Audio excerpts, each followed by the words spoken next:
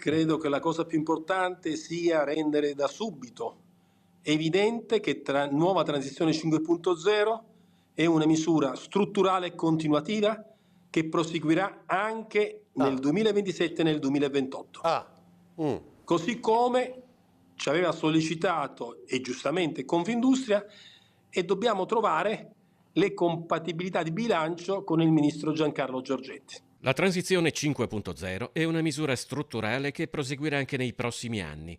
L'annuncio arriva dal ministro delle imprese del Made in Italy Adolfo Urso, intervistato a Ring dal vice direttore Ferdinando Avarino. La transizione 5.0 è un piano di incentivi del governo italiano per aiutare le imprese nella transizione digitale ed energetica. La nuova transizione 5.0, realizzata con risorse nazionali, mentre quella precedente aveva dovuto utilizzare risorse europee, è libera dai vincoli del Green Deal europeo, proprio perché realizzata con risorse nazionali, e quindi può essere più semplice, più facile da utilizzare e soprattutto può essere utilizzata da tutte le industrie, a cominciare proprio dalle industrie energivore che ne erano escluse dai diktat della Commissione europea. Altra importante novità per il Veneto e più nello specifico per la provincia di Venezia è la pubblicazione del bando di gara per la cessione del complesso aziendale di Speedline.